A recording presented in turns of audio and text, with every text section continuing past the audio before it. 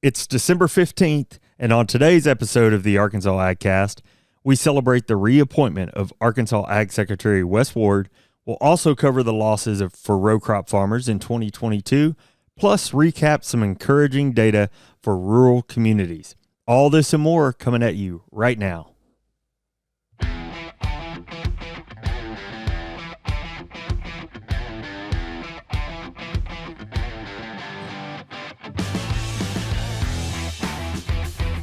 You're listening to the Arkansas AgCast, where we discuss the latest news, trends, and issues impacting Arkansas farmers and ranchers.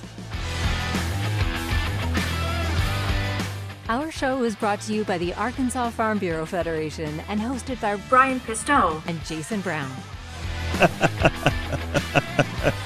I love how it still makes you laugh. I know. Every time. It's like I'm hearing it for the first time. It actually makes me think of like somebody was upset at you and you just happen to record it. Like, yeah. Brian Pistol. Well, I kept trying to find a different voice to read and it just wasn't. Yeah. That happened like 5 minutes before that day we did it. So, well, it kind of sounds like I like that we're keeping it. Yeah, it's fun. It is fun and it gives us a good laugh to start the show. That's right. Is there any license-free holiday Christmas music that we could we re-record the intro? Is that sort of I'm not against it.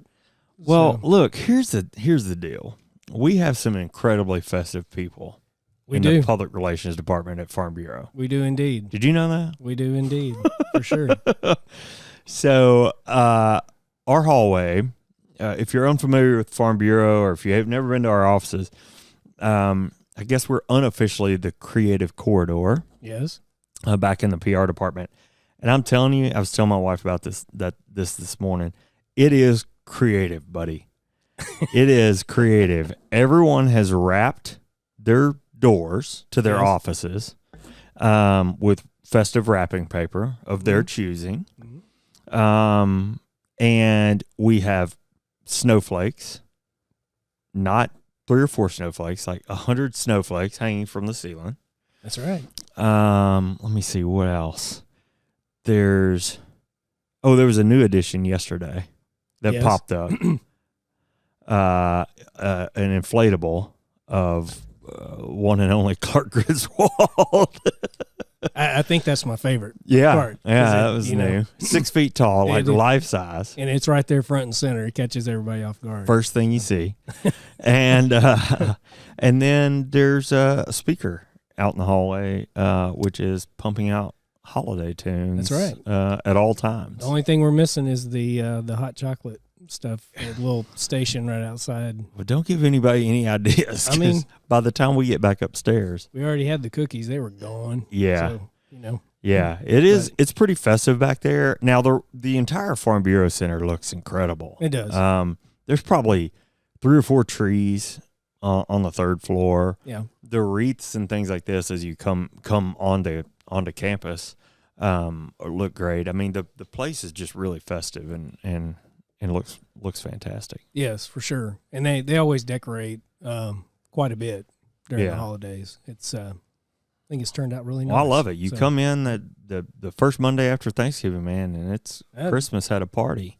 You're not going to miss the holidays around here, that's for sure. No, that's the truth. Well, it's got me in the spirit. It's really fun to see every day, and I think we've heard several comments and compliments from folks in other departments, other areas of the building. So if you haven't seen it, come on down. You're welcome to stop by and come see us. Let me see what else. Today, so we've done this a few times unofficially, but I think today will mark the first official change for the podcast. We did preview a few of the changes last week, and certainly we'll keep talking about those and taking on some changes. But the first one is that today, as of today, we'll be pre-recording the podcast, so it'll still come out at 2 p.m. on video. Facebook and YouTube, and then you'll still see the audio pop up 5 a.m. if not a little bit sooner on Friday mornings. But we're gonna pre-record, and the reason is we're gonna make some pretty good and strong visual improvements. We have recruited Matthew Magdafrau to come along and join us, and if you know Matthew, you know what he's bringing: the heat. He's gonna make us look better. I'm not sure he was happy with you announcing that. Yeah. Well, yeah. I mean, no. I was about to say I've asked him to use the slimmer lens on me, but I think that's the oldest joke in the books when it comes to a camera. So, yeah. So I'm excited to see some of that stuff. Well, and I think the key point there is just we're evolving. You know, the podcast is. We're hoping to continue it into the new year and make some needed changes. And we appreciate everyone following and hope that continues to grow. Yeah, and let's just right now take a moment to say thank you for watching, for listening, for interacting, for talking to us about the podcast, because if you didn't do that, we wouldn't have any reason to change forward. So absolutely. I think you know, we want more of you, those of you who have been with us along the journey. We want more of you, and that's why we're trying to improve. That's right. That being said, we will be on air next week, next Thursday at 2, but that will be our last show for the year. Yes. We're bound to have some fun, yes. I bet. But yeah, and then we'll be back in January. Yes. So let me see. Checking off my list here. Speaking of evolving and change, congratulations to you. Well, thank you. Thank you for that. Brian, for those of you who didn't see the news this morning, Brian Pistole has been named PR director for Arkansas Farm Bureau, and we are all very, very happy and proud for him. So, yeah, congrats. Thank you. Thank you for that. It's a few weeks ago, but we made it official today. Right. It's more official today, I guess, than it has been, but it's I've been feeling it for a month. Been trying to pack up things and personally, move. yeah. If you've ever seen Brian's office, you know what a chore that was. The thing that excites me the most are these new chairs you got us. like you're in the job and you're like, "Hey guys, we're getting new chairs." Yeah. I made that happen. That's pretty funny. I wish we had video of how that all came about. Yeah. Right before this happened. Yeah, we did retire our old chairs. We saw these in the storeroom. And we were That's like, right. Hey, why don't we give ourselves an upgrade? Anything else that we should cover? It's on your mind? Well, seeing some of these here, one thing, our winter commodity division meetings are going to be happening next month. Okay, that's important. Yes, they'll be at the Wyndham Riverfront Hotel in North Little Rock. North Little Rock, yeah. January 31st. Registration begins at 8:30 a.m. Yeah. There's a lot of good things that happen in those meetings every year. Really starts the ball rolling in a lot of ways with a lot of our policy. Yeah. I think John Bailey and his team, the commodity and regulatory affairs folks, can certainly shed more light on that. I know there's going to be a set of commodity meetings in the morning, a set in the afternoon. Yes. But if you've got any questions, reach out to them and holler at them. But as of now, January 31st at the Wyndham in North Little Rock, our winter commodity division meetings. There's an interesting event happening tomorrow. I think some folks from our team are going. This Arkansas Harvest Recap. The invitation looks really fun. I mean, I saw it on Facebook earlier, and it's just like bring a lawn chair, drop your tailgate, come. Let's have a chat about the harvest season and how that went, and I think there's going to be coffee or hot chocolate and some treats out there too. But anyway, that's all going down tomorrow in Keogh on Main Street. From noon to 3 p.m. So if you've got time tomorrow, drop by Keogh's. Isn't there a pie place in Keogh? I think there is. Is it Matthew? Do you want to? Charlotte's. Yeah, that's it, Charlotte's. So it'd be an excellent time to grab a pie maybe for the next week for the holidays. Man, you're making me hungry already. I'm just saying. it is an episode of the podcast, so we had to bring up food. Always got to talk about food. But from what I understand, Seth Summerside is heading that up. Yeah. If you've got any questions, Seth, I do apologize, but I'll give you your phone number out because it's everywhere else, 501-590-6790. But I bet if you showed up in Keogh at noon on Main Street, you'd find it pretty easy. That's great. Yeah. So that's happening tomorrow, too. I think that covers all of the order of business, just the non-newsy stuff, we'll say. That's right. So let's open the show this week with some news from the Abandoned Pesticide Program. The Arkansas Department of Agriculture's Agricultural Abandoned Pesticide Program collected more than 500,000 pounds of unwanted pesticides in 16 counties during the 2022 collection events. Since 2005, that program has overseen the collection of nearly 6 million pounds of unwanted pesticides in counties across Arkansas. Participation in collection events is free and anonymous to farmers and other non-industrial landowners. The program is funded through pesticide registration fees. Pesticide collection events have taken place in every county in the state. The Abandoned Pesticide Advisory Board selects county sites for collection events and moves locations by region within the state seasonally. Priority watersheds are a large consideration factor for the advisory board in choosing counties and regions for site collection.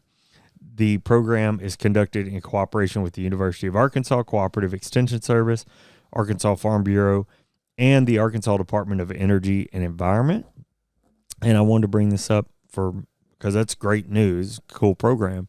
Yeah. But I also learned through reporting on this that our own Brandy Carroll sits on the board of this program. Really? So, yeah, so we're involved at that level, too. Well, and I love hearing stories like that because it's great. It just is further proof that, farmers are concerned about the environment. Yeah. And they are willing to participate in the program. Yeah.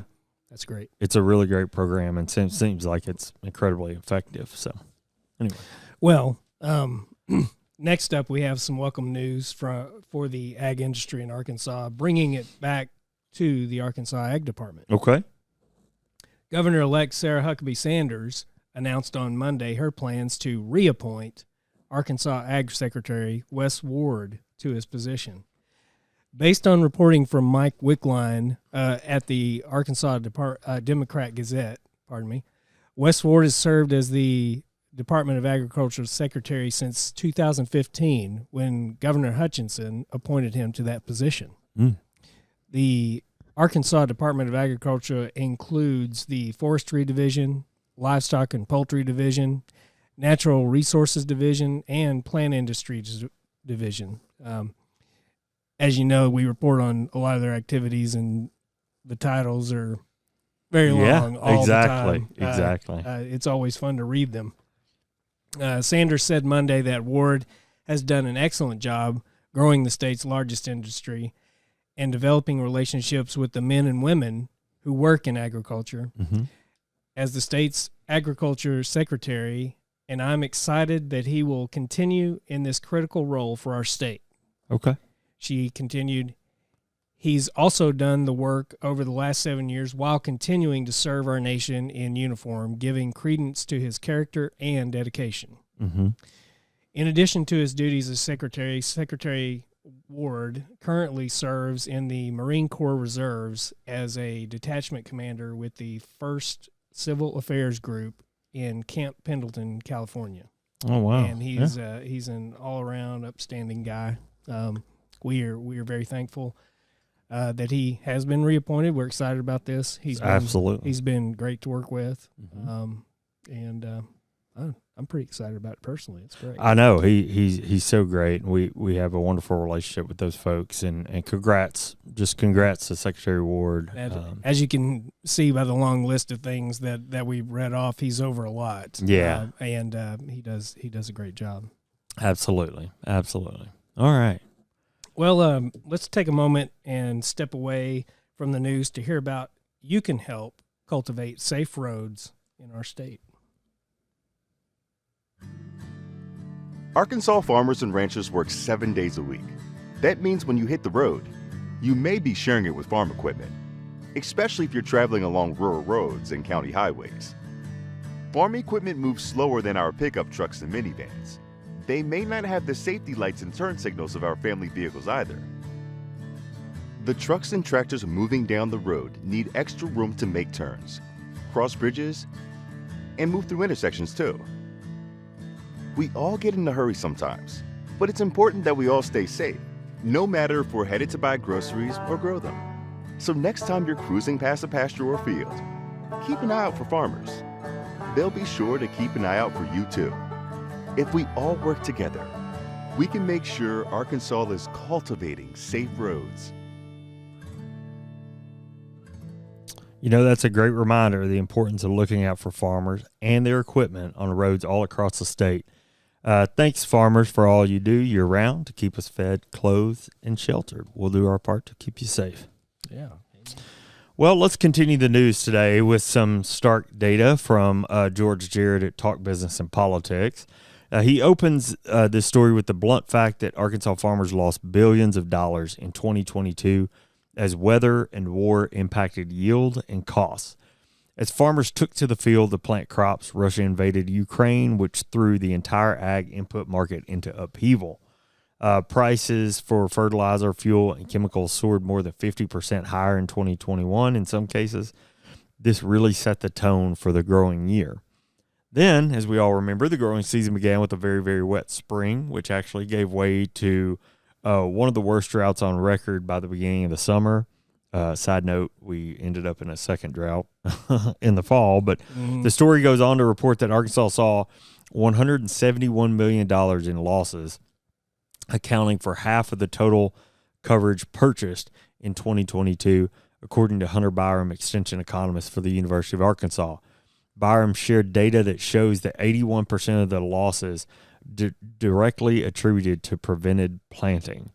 The drought took its toll, but Arkansas fared better than most states, in part thanks to our irrigation capabilities. But the drought problems didn't stop with the production impacts. Farmers were hit hard with low river levels, with the Mississippi River dropping to a historic low, eventually closing traffic between Osceola and Greenville, Mississippi, dragging elevator prices down with it. As row crop farmers know, this all happened during the most crucial time of year, which is harvest. So several impacts there, all relating in the loss of billions of dollars for Arkansas farmers this year. Yes, it was a tough year for that. And ironically, as we sit here, as we're recording this, it's our first day of sunshine that we've had. How odd is that? Like 2 weeks. I mean, it's it just felt dark around here, dark and wet. And man, we could have used some of that earlier in the year. Yeah. Well, there's a ton more data in that story. If you're interested, check out Talk Business and Politics, look up George Jarrett's name, and you'll see that story. He's got a lot more data over about 21 versus 22 input prices, some forecasting into 23 prices, things like that. But anyway, just wanted to share the high points of that. It's a really great story. Cool. Thanks for that. Well, I'll round out our news then with some encouraging data from American Farm Bureau Federation and Morning Consult. After 5 years of outreach and education by farm groups, a new poll shows increased awareness and willingness to talk about the opioid crisis among rural adults compared to 2017. 60% says adults in their community are aware of the crisis and than they were 5 years ago. And nearly 8 in 10 adults, 77%, report feeling comfortable having a conversation about opioids. Oh, yeah. The discouraging data in the survey results is that more rural adults believe there is a higher rate of opioid misuse in rural communities than in the rest of the country, urban and suburban areas, compared to 5 years ago. While survey responses indicate that 40% of rural adults say it is easy for someone in their community to access a large amount of prescription opioids without a medical need, this is a 6% point decrease from 2017. Okay. Survey results also reinforce the need for systemic solutions to the opioid crisis, Mm-hmm. including increased access to addiction treatment programs and increased access to mental health care, as well as monitoring how much and how often doctors prescribe painkillers. The survey results of 2,000 rural adults was conducted by Morning Consult in October. Additional survey results are available at fb.org. Okay. Well, that is encouraging data. And glad to see us hopefully turning that corner from a really dark time. I hope so. Yeah. It is, it's been very concerning. It's been a growing problem for many, many years. Yeah, And absolutely. I know so many families that have been impacted heavily by this. Yeah. And Yeah. Glad to see us making some progress there. yeah. Well, since we've wrapped up the news, that must mean it's time for this day in history. Yeah. I do have a couple. Okay. I think the biggest key one today, this comes in the year 1791. Oh, Lordy mercy. This took effect Uh-huh. this year, 1791, with Virginia. Virginia ratified it and made it official. This document has 10, 1 through 10. Mm-hmm. Bill of Rights. There you go. Look at you. You know how much I was sweating because I'm like, look, the more we do trivia, the more I'm going to look like a dummy, and nobody's going to trust the news that we Well, I was trying to help spell it out. Yeah, no, I appreciate that. Canada Yes. adopted its national flag with the red maple leaf and the white background Yeah. in 1964 on this date.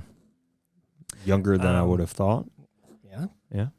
1966, this animated cartoon pioneer and movie producer died. Oh, Walt Disney. Okay. Disney. How about that? More Walt Disney news because we've talked about him in here Yeah. before. And the movie Gone with the Wind premiered in Atlanta, Georgia in this year. And the opening scene was filmed in Was it in North Little Rock? North Little Rock. How about the that? old mill. At the old mill. How about it? It was 1939. Okay. So, 1939. That's Yeah. what I got for you today. All right. Well, that's those are some good ones. I like that. Well, that wraps up the news for this week. Let's do Christmas trivia next week. Okay. How about that? Well, we are trying to kind of reinvent ourselves I like here, it. so Okay. we All may right. change it up. All right. We may change it up some. All right. Well, that wraps up the news for this week. As I mentioned, thanks for following along with the Arkansas AgCast. We're grateful for you taking the time to watch and listen. Yes, and remember, you can catch the video production every Thursday at 2 p.m. on Facebook and YouTube. Listen to the audio version later on iTunes or Spotify, and make sure you leave us a review when you have an extra couple minutes. Yeah, the Arkansas AgCast is brought to you by the Arkansas Farm Bureau and hosted by me, Jason Brown. And me, Brian Pistole. And I think that'll wrap us up for this week. I think it does. All right. Thanks for being with us.